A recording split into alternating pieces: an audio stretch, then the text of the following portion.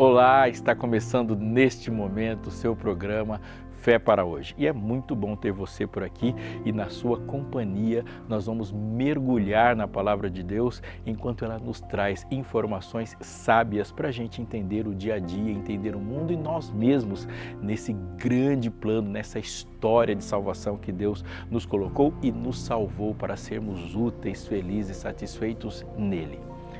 Durante essa temporada nós estamos falando sobre um assunto muito importante, dons, quem nós somos por causa dele, quem nos tornamos nos nossos dons, como descobrir esses dons e qual a importância dele nessa instituição tão importante no processo de salvação que é a igreja. Deus deu dons para a igreja e a igreja com dons abençoa o mundo, mas ainda há muitas perguntas que precisam ser respondidas fora essa. Qual é o meu dom? Para que ele serve? Como eu avalio? Existem capítulos da Bíblia que têm uma abordagem especial, mais profunda, mais detalhada, mais elaborada, com mais informações sobre este assunto do que outros. É claro que o assunto sobre dons está na Bíblia toda, sobre o Espírito Santo está na Bíblia toda. Mas por exemplo, a carta de Paulo, escrita para Coríntios, no capítulo 12, é um tratado sobre dons, é sobre esse assunto que ele está falando. E a gente não vai falar sobre dons sem passar, inevitavelmente, por 1 Coríntios capítulo 12. E nesse programa nós vamos entrar nesse capítulo, ouvir Paulo conversando com a gente e aprender muito sobre dons e a gente aqui a partir da experiência dessa importante igreja que é a igreja de Corinto. Então não sai daí, depois da vinheta a gente já começa, porque o Fé para Hoje já chegou.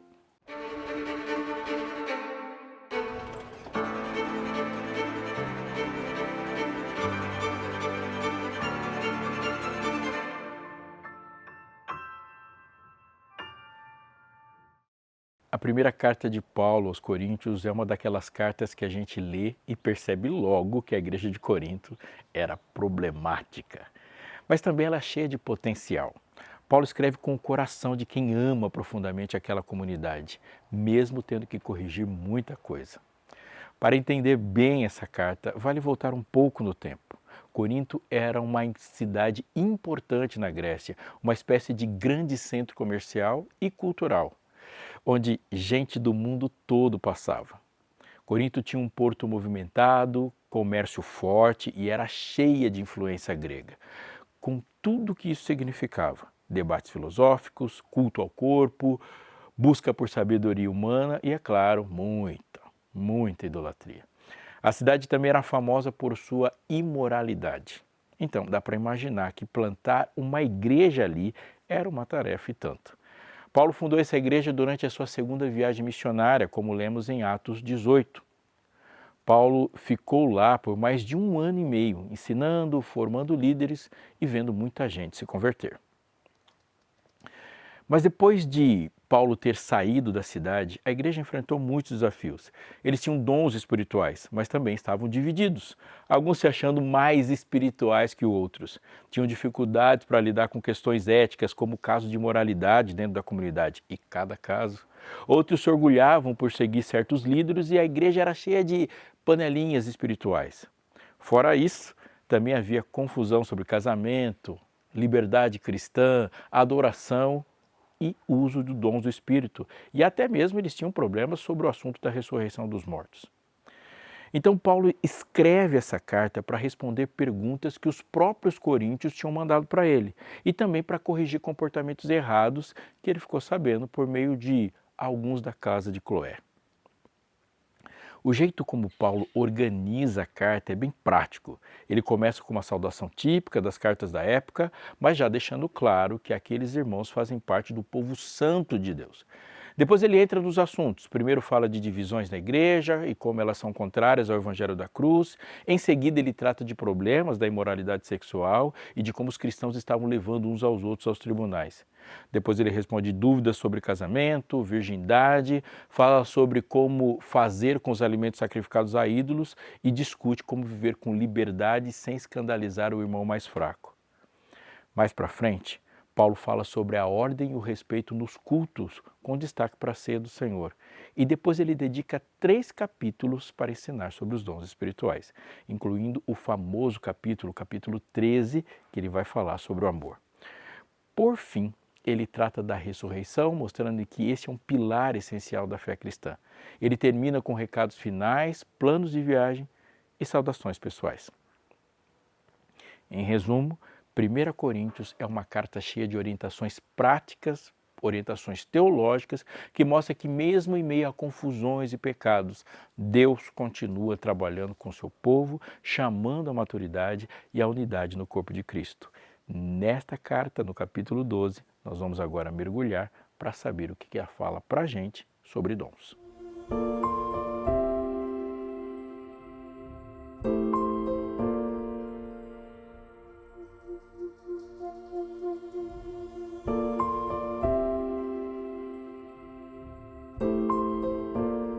Depois de passar metade de um capítulo falando sobre o uso do véu e a outra metade sobre a ceia do Senhor, Paulo começa uma conversa mais longa, de 3 capítulos, conforme eu disse, sobre dons espirituais. E só esse tamanho já mostra que ele levava esse assunto a sério. Claro, não dá para medir o que é mais importante só pelo espaço que ele se dedica a cada tema, senão os coríntios iam pensar que o uso do véu era tão essencial quanto a cruz de Cristo. Mas o fato de Paulo gastar tanto tempo explicando como funciona a vida no Espírito, especialmente no meio da comunidade, mostra que ele queria que isso fosse bem entendido.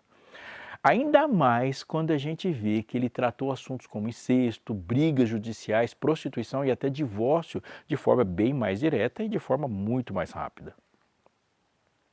Paulo começa esse trecho com uma frase que ele usa bastante na carta. Agora, quanto ao que vocês escreveram, 1 Coríntios 12:1, que mostra que ele está respondendo a dúvidas da própria igreja. Ele usou essa expressão 5 vezes na carta. No capítulo 7, verso 1, 7:25, 8:1, 16:1 e no 16:12. Mas dessa vez a pergunta era sobre dons espirituais. A palavra usada aqui, pneumática, pode significar coisas espirituais ou até pessoas espirituais. Alguns interpretam como pessoas espirituais. Esse era um grupo autodenominado e destacado lá na igreja de Corinto que, de qualquer forma, eles falavam sobre si mesmos, mas fica claro que o assunto todo do capítulo é o uso dos dons. E ele já começa dizendo que não quer que os coríntios fiquem confusos em relação a isso. O problema é que quando se trata dos dons, saber um pouquinho pode atrapalhar bastante. Os coríntios achavam que sabiam o suficiente, lembrando que antes deles conhecerem Jesus, eles seguiam ídolos que não falavam nem faziam nada. Isso até era um bom ponto de partida, mas Paulo quer que eles entendam algo mais profundo que é essencial para viver os dons espirituais e de forma saudável e, obviamente, de forma correta.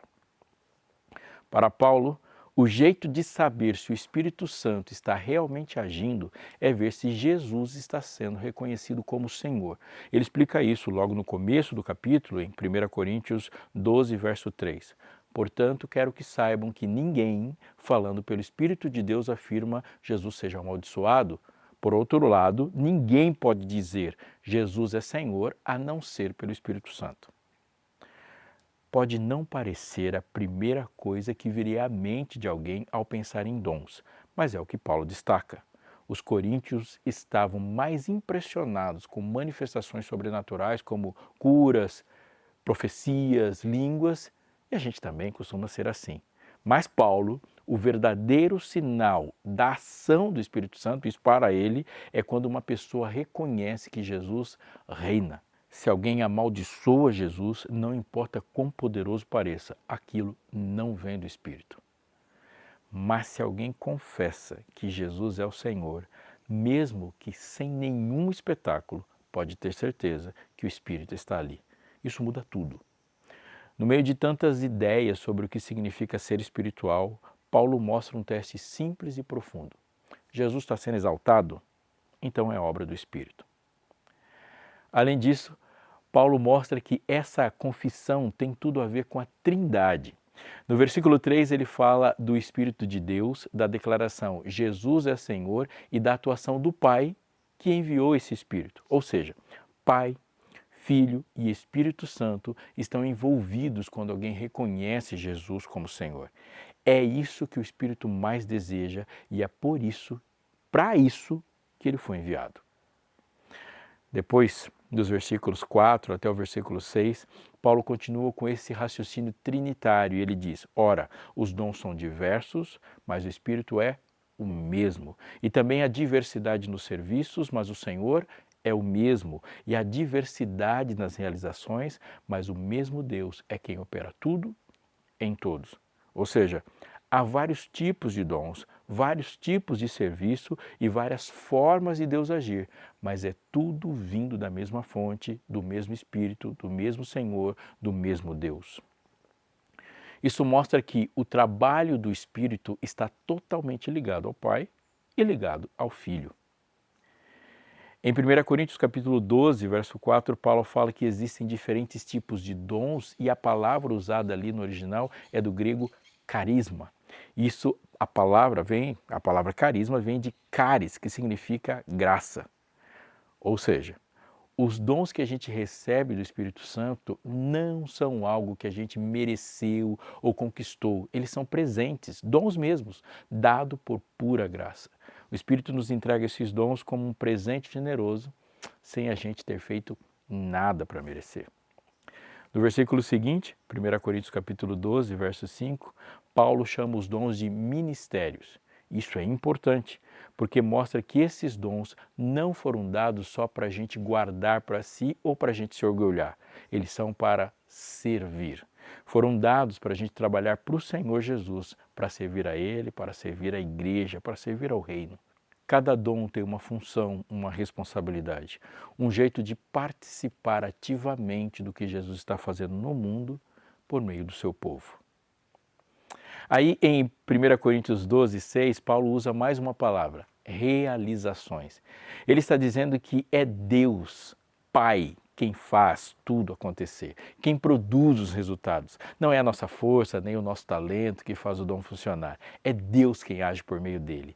Ele é quem está por trás de tudo, operando em cada dom, de forma pessoal, de forma poderosa. Percebe como isso mostra a Trindade em ação? O Espírito dá os dons, o Filho é quem a gente serve com eles e o Pai é quem realiza tudo por meio deles. Espírito, Pai e Filho, todos envolvidos no funcionamento dos dons espirituais. E mesmo com tanta diversidade, com dons diferentes sendo distribuídos entre pessoas diferentes, tudo isso caminha junto, em unidade. Não tem espaço para competição, não tem espaço para vaidade. É por isso que ninguém precisa se sentir superior aos outros por causa do dom que recebeu. E ninguém deve se achar menos importante só porque seu dom parece mais simples. Todos os dons são valiosos, todos vêm de Deus e todos são para a edificação da igreja. No final de contas, o que importa não é quem tem o dom mais visível, mais impressionante, mas se cada um está usando o dom que recebeu para servir em amor, reconhecendo que tudo vem da graça de Deus. E aí, Paulo introduz uma ideia que vai aparecer com força no resto do capítulo: unidade na diversidade. A igreja tem muitos dons diferentes. Ele chama de dons, serviço e operações, mas todos vêm do mesmo Deus e servem ao mesmo propósito. No mundo, geralmente, diversidade vira motivo de briga, motivo de divisão. Ou a gente tenta colocar todo mundo ser igual para formar a humanidade, ou deixa todo mundo ser diferente e a gente se separa em grupos e acaba todo mundo se matando. Mas na igreja é diferente. A diversidade na igreja fortalece a unidade e a unidade valoriza a diversidade. O povo de Deus é formado por muitos, mas somos um só corpo. Os dons são variados, mas vêm do mesmo Espírito. E Deus, que é Pai, Filho e Espírito, é um só. Isso é um grande mistério, obviamente, mas também é uma grande bênção e nos ajuda a ver os dons espirituais como ferramentas para edificação e unidade no corpo de Cristo.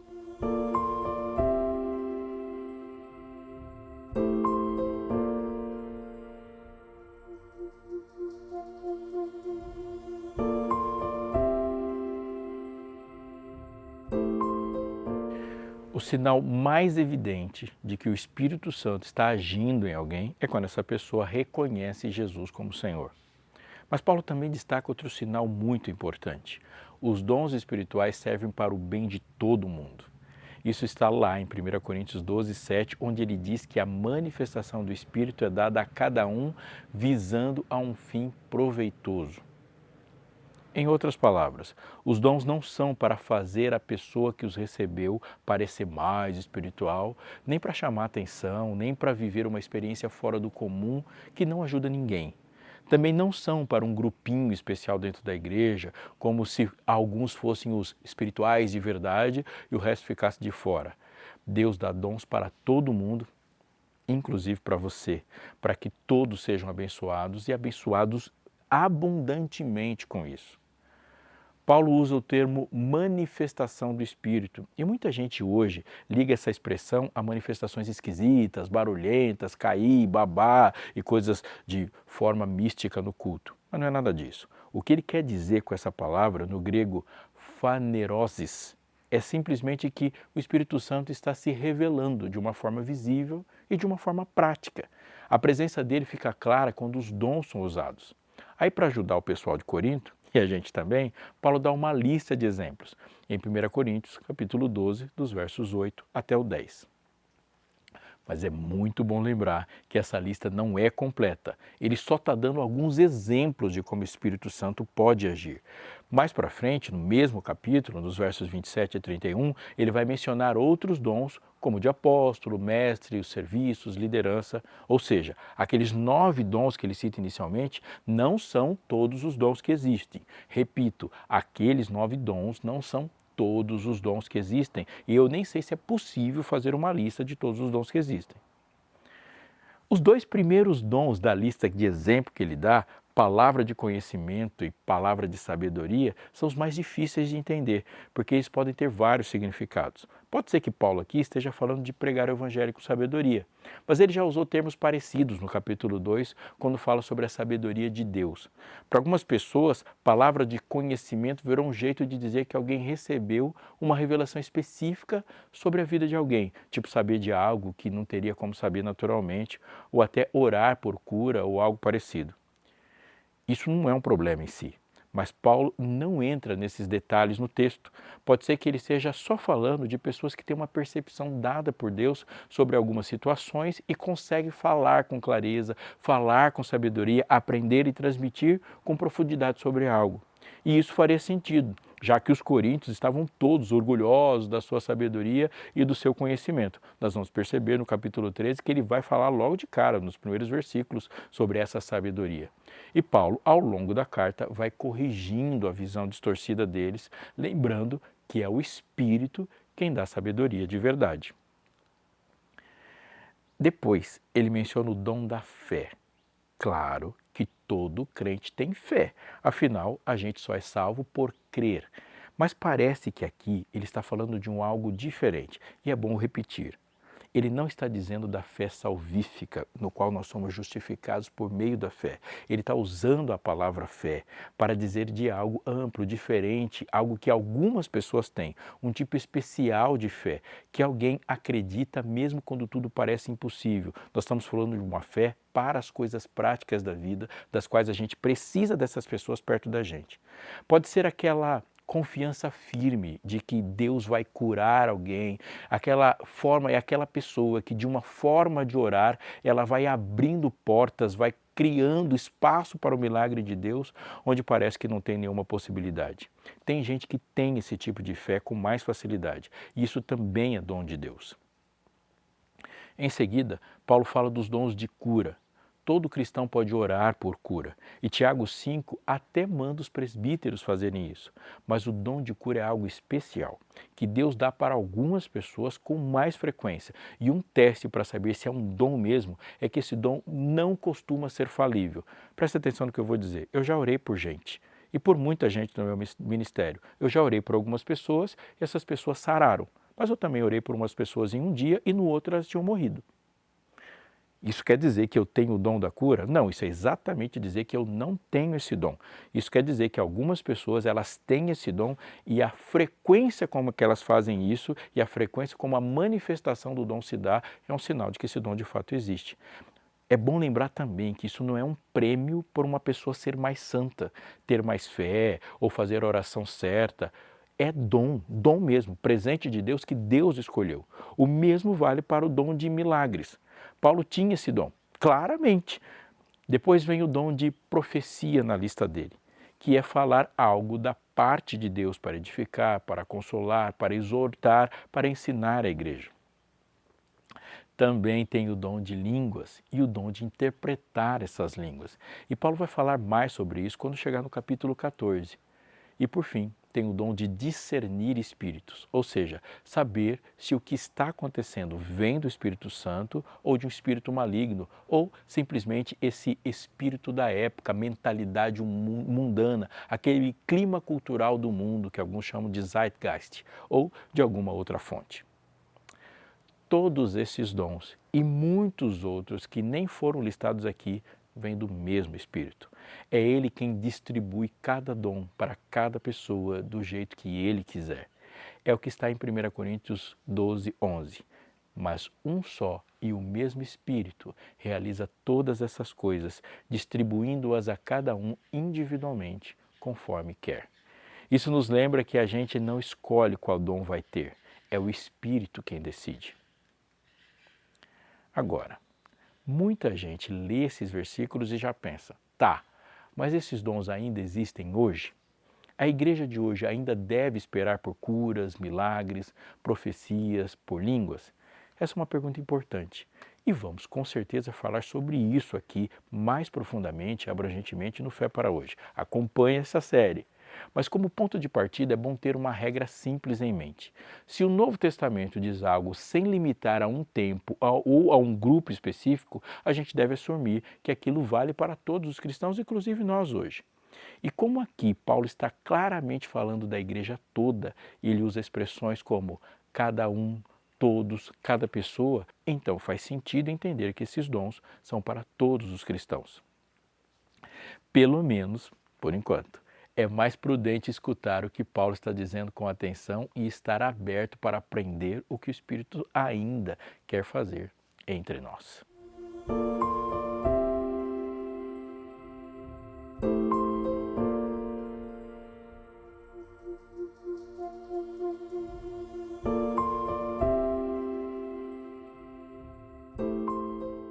Diante de tudo que Paulo falou até aqui, fica bem claro que os dons espirituais não são um extra na vida cristã, como se fosse para quem é mais avançado na fé ou para momentos especiais do culto. Pelo contrário, eles fazem parte do modo como Deus escolheu agir por meio da sua igreja. Deus poderia fazer tudo sozinho, sem depender de ninguém, mas Ele decidiu incluir a gente nesse processo. Ele distribui dons, capacita pessoas e usa cada um de nós para servir uns aos outros, para edificar a igreja e para mostrar ao mundo quem Ele é. Isso muda bastante a forma como a gente deve enxergar os dons. Eles não são medalhas para mostrar quem é mais espiritual e nem brinquedos espirituais para a gente se divertir. Eles são ferramentas dadas com propósito, distribuídas com sabedoria e conduzidas pelo Espírito. E não é à toa que Paulo insiste tanto na ideia de unidade.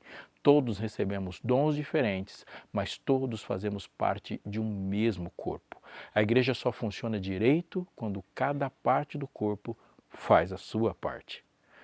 Um dom isolado, usado sem amor ou para se exibir, perde completamente o sentido. Mas um dom usado com humildade, no espírito e com o objetivo de abençoar, se torna poderoso. Também é importante lembrar que quem escolhe os dons é o Espírito. Não somos nós que decidimos o que queremos. E isso é bom, porque Ele sabe exatamente o que a igreja precisa e quem Ele quer usar para cada situação. A nossa parte é estar disponíveis. A pergunta não é qual dom eu quero ter, mas como posso servir com aquilo que o Espírito já me deu.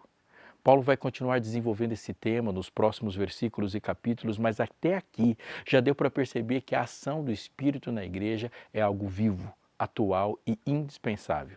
E o convite é claro, não para buscar dons por vaidade ou curiosidade, mas para se abrir à ação do Espírito com temor, gratidão e, acima de tudo, com compromisso. Se a gente entender isso e colocar em prática, os dons espirituais vão deixar de ser motivo de confusão e virarão de fato um testemunho bonito da graça, da unidade e do amor de Deus no meio do seu povo.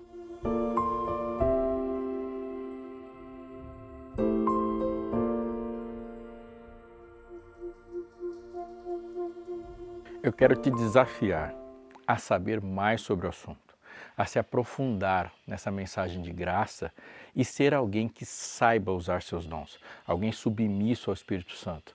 Olha para mim, eu quero, como pastor do Evangelho de Cristo, falar para você, falar ao seu coração. Nunca se deve subestimar a obra do Espírito Santo.